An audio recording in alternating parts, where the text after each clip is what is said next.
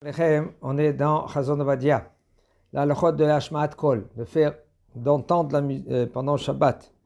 Par exemple, quelqu'un il a un soldat à la maison, ou il a un bachou yeshiva, et lui il vient la veille de Shabbat, et la veille de Shabbat, c'est moutar de faire la lessive. Alors pendant le Shabbat, tu vas entendre, ça va bouger la machine à laver. Des fois, il y a des machines que ça fonctionne. Machine et après sèche-linge. Alors c'est mouta. Tu mets dans la machine même 5 minutes avant. Et puis Mossé et Shabbat, il va prendre son linge, le petit. Et même que tu entends la machine qu'elle marche dans le Shabbat. C'est mouta. Pour les séfarades. Les Ashkenazes, ils sont mahmirin dans cela. D'accord? Okay. Mais c'est sûr que c'est assourd de Shabbat. À la veille de Shabbat, quand il a fait la lessive, et maintenant Shabbat il est rentré, il va étendre le linge. Ça, c'est assourd d'étendre le linge. Tu peux faire 1 heure et quart avant, et après maintenant, tu mets dans le sèche-linge les habits, ils vont sécher pendant le Shabbat. Il n'y a aucun problème dans la machine, et même que ça fait un bruit. Ça s'appelle la Shmaat Kol. La musique, Shabbat, par exemple, Shaon Me'orer. C'est un réveil. Un réveil, Moutar La'or Belel Shabbat. Shabbat, par exemple, vous connaissez, avant c'était plus fréquent. Il y avait des montres qui étaient Mechani. Mechani, ça veut dire on les remplit en tournant c'était comme un sort de roche-sort.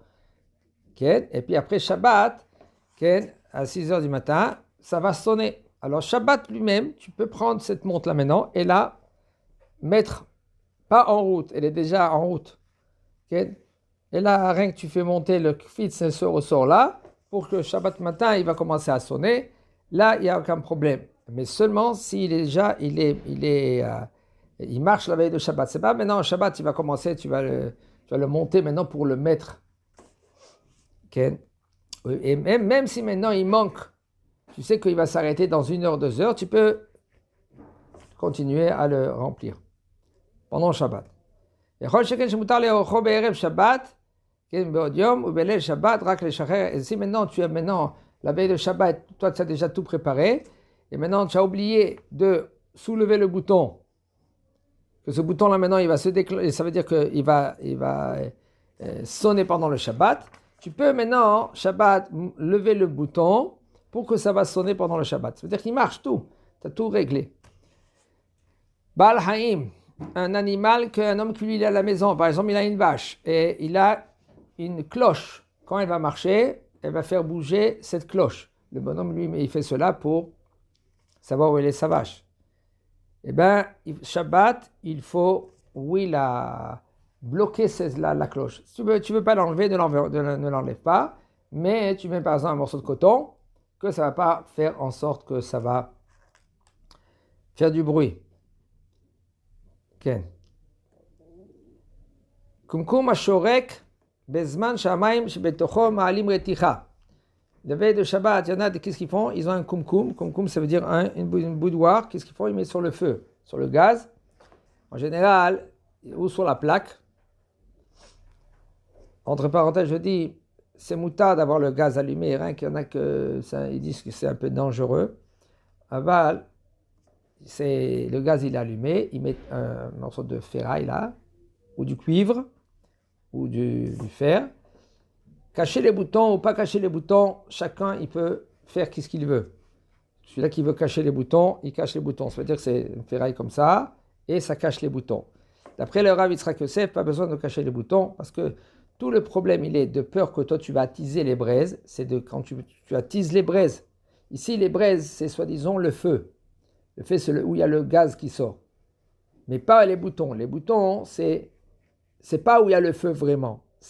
Tu peux peut-être augmenter. C'est comme, par exemple, quelqu'un qui a une montre électrique. Si pendant tous les 2 secondes, il touche la montre électrique, alors c'est sûr que Shabbat, même que c'est moutard d'avoir une montre électrique Shabbat. Si maintenant, cette montre électrique, elle ne bouge pas par rapport à si tu vas bouger ta main, ou tu ne changes pas de température, peu importe, dans tous les cas, c'est sûr que c'est pas bien d'avoir une montre électrique. Ah bah si maintenant c'est une montre électrique, elle est fixe. Tu regardes l'heure, 8 heures, c'est bon. Et on ne craint pas que lui qui, tous les 2 secondes, il va appuyer sur le bouton. C'est mouta d'avoir une montre électrique. Il n'y a aucun problème pendant Shabbat. Même en Chutz Laaretz, il n'y a pas le héros. Maintenant, pendant le Shabbat, si tu as une sorte de plaque là comme ça, que c'est le gaz, on ne craint pas que le bonhomme, lui, va augmenter ou de baisser les boutons. C'est pas qu'est-ce qu'elle a dit la Gemara. La Gemara, elle a dit Shema yavo vechate gehalim, de peur que lui, il va attiser les braises. Et les braises, c'est quoi? C'est le feu lui-même. Ici, le feu lui-même, c'est où il y a le rond là comme ça, et puis le feu, il sort. Alors, est-ce qu'on craint que lui qui va attiser, il va faire bouger, il va augmenter? Il ne peut pas augmenter là-bas. Augmenter, c'est les boutons. Mais là, à Alpidin, c'est moutard. C'est pour cela que Shabbat, c'est moutard de mettre la veille de Shabbat sur. Regardez, c'est très délicat. La veille de Shabbat, c'est moutard de mettre sur le gaz, même qu'il n'y a pas une tasse. Je veux dire, ce morceau de fer, là, comme ça. Quel est le problème? Le problème, il est de ne pas remettre. Tu ne pourras pas remettre maintenant, après que tu as pris ce kumkum ou ce manger, tu ne peux plus le remettre parce que ça s'appelle mirze kam vachel. Les gens, ils vont croire que toi, tu cuis Shabbat. Mais si c'est une plaque ou une tasse, un morceau de ferraille là, et tu prends maintenant cette eau-là, tu te fais un petit café, et tu peux remettre maintenant sur la plaque ou sur encore avec les conditions, qu'il ne faut pas le mettre par terre par exemple. Se mettre sur la table en condition que tu veux le remettre, il n'y a aucun problème. Ah ben, si tu le mets par terre, va dire que c'est assou. Aval, si maintenant tu n'as pas la tasse, c'est découvert, tu peux le laisser là-bas pendant le Shabbat, tu utilises et tu ne peux plus le remettre. Même le manger, même kumkum avec de l'eau chaude et tout cela. Alors maintenant, quelqu'un qui a mis un kumkum la veille de Shabbat. Okay. Maintenant, quand il a mis la veille de Shabbat, pendant le Shabbat, qu'est-ce que ça va faire? Ça va commencer à siffler. Pourquoi? Parce que c'est un kumkum qui siffle. Dans une heure, après qu'il a bien pris, il va siffler. Moutar la tiar bomaim be yom tov. Par contre, yom tov, c'est moutar. Yom tov lui-même, si tu as le gaz, tu peux mettre sur le kumkum yom tov, même que ça tu es gorem, tu causes que ça va siffler, et même que ça va chanter, ça va jouer, comme vous savez comme ça, d'accord? Et gam en ashrika nishmat miyad, et ça s'appelle grama. Asur la'achin ram shamkol tape vekadome berev Shabbat, de mettre la veille de Shabbat, de préparer par exemple une sorte de tape recorder, enregistrement, la veille de Shabbat. Maintenant ça va être enregistré, même avec Shaon Shabbat. Kedesh ve Shabbat yashmiya, ou par exemple, on va entendre la musique. Il y en a des gens qui ne savent pas chanter, ils veulent chanter les Chevot Shabbat, et ils ne savent pas comment chanter, alors ils mettent avec la minuterie, à 8 heures du soir, alors ça va commencer à chanter. Ça, c'est peut-être que c'est assourd. שגם באופן כזה כלול באיסור השמעת קול בשבת, שמה יתקן כלי, même à part, en général, il n'y a aucun problème au niveau de Shabbat, avec la minuterie. Si maintenant on peut allumer avec la minuterie une lumière, en général, on pourrait mettre une minuterie, puis maintenant ça se déclenche pendant le Shabbat. Non, ça c'est assourd pendant le Shabbat que tu vas entendre maintenant la musique.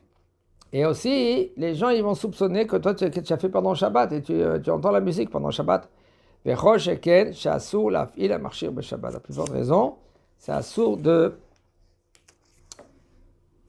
d'appuyer sur le bouton et d'entendre la musique. Assour l'ishtamesh berashamkol, beramkol beshabbat, af imu mechubar lachashma, mais Shabbat par exemple il y a des micros. La veille de Shabbat ils sont déjà dans le courant. Et le bonhomme, lui, qu'est-ce qu'il fait? Il parle ou il chante. Ça, c'est assourd. Même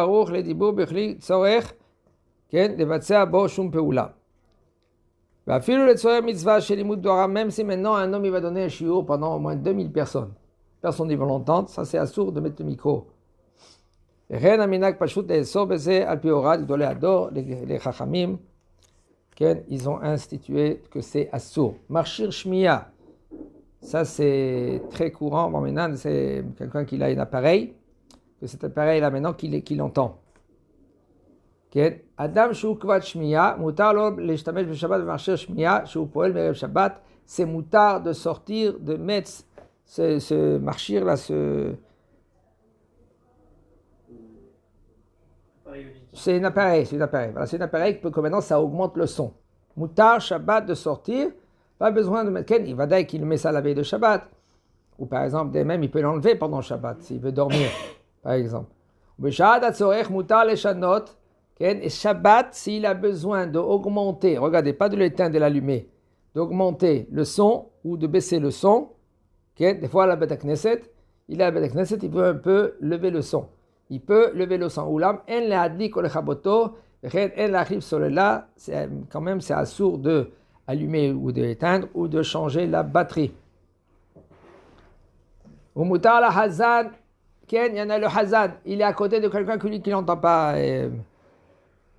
bien, et il sait que lui, il commence à dire Baruch She'amar, lui il est encore assis. Et maintenant il va lui dire Baruch She'amar, à haute voix, d'accord?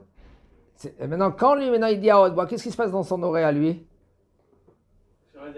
Il va entendre plus fort. Ça veut dire que qui c'est qui a causé que ça va augmenter? C'est le hazan. Est-ce qu'on va dire que le hazan, lui, il ne faut pas qu'il fasse ainsi, oui ou non? Il dit le Rav, il n'y a aucun problème. Le hazan, lui, il peut quand même lever le son et il n'y a aucun problème. Moutar, la rim, kolam, bebet hakneset, sheyeh sham adam, bemakim, b'chol hashmiya, ve'en beze shum chashash. Ken. Dernière halakha, moutar la'aset b'machshir shmiya le'ashut harabim, de sortir avec cet appareil-là pendant le Shabbat, même que c'est en France, en Chutz La'aretz, il n'y a pas de hirouv. Pourquoi? Parce qu'il est bien, on ne craint pas que lui qui va enlever ce marchir-là, cet appareil. Et là, c'est comme un habit pour lui. Et c'est comme les lunettes, pareil. On ne craint pas que lui, qu'il y en a qui veulent dire que les lunettes de soleil, c'est assourd de sortir avec des lunettes de soleil. Les lunettes de soleil, il y a encore un problème aussi. Un homme, lui, maintenant, il ne va pas commencer à marcher avec il va enlever les lunettes de soleil, il va commencer à s'amuser avec comme un stylo. On ne craint pas que lui qui ça va tomber, et lui il va le prendre de ses mains, il va marcher 4 amot. Alors Reshut Harabim, même qu'il y a une très grande discussion de nos jours, qu'est-ce que ça veut dire Reshut Harabim, pas Reshut Harabim, est-ce que d'après Maran HaShulchan Aruch, de nos jours, ça s'appelle Reshut Harabim aussi, s'il n'y a pas 8 mètres entre les maisons, ça s'appelle aussi Reshut Harabim, d'après Maran HaShulchan Aruch. Aval, même qu'on est Mekel aujourd'hui, quand même, même d'après ceux-là qui sont mahmirim, quand même, il peut marcher avec cet appareil, et là, il n'y a aucun problème. Chazak Baruch.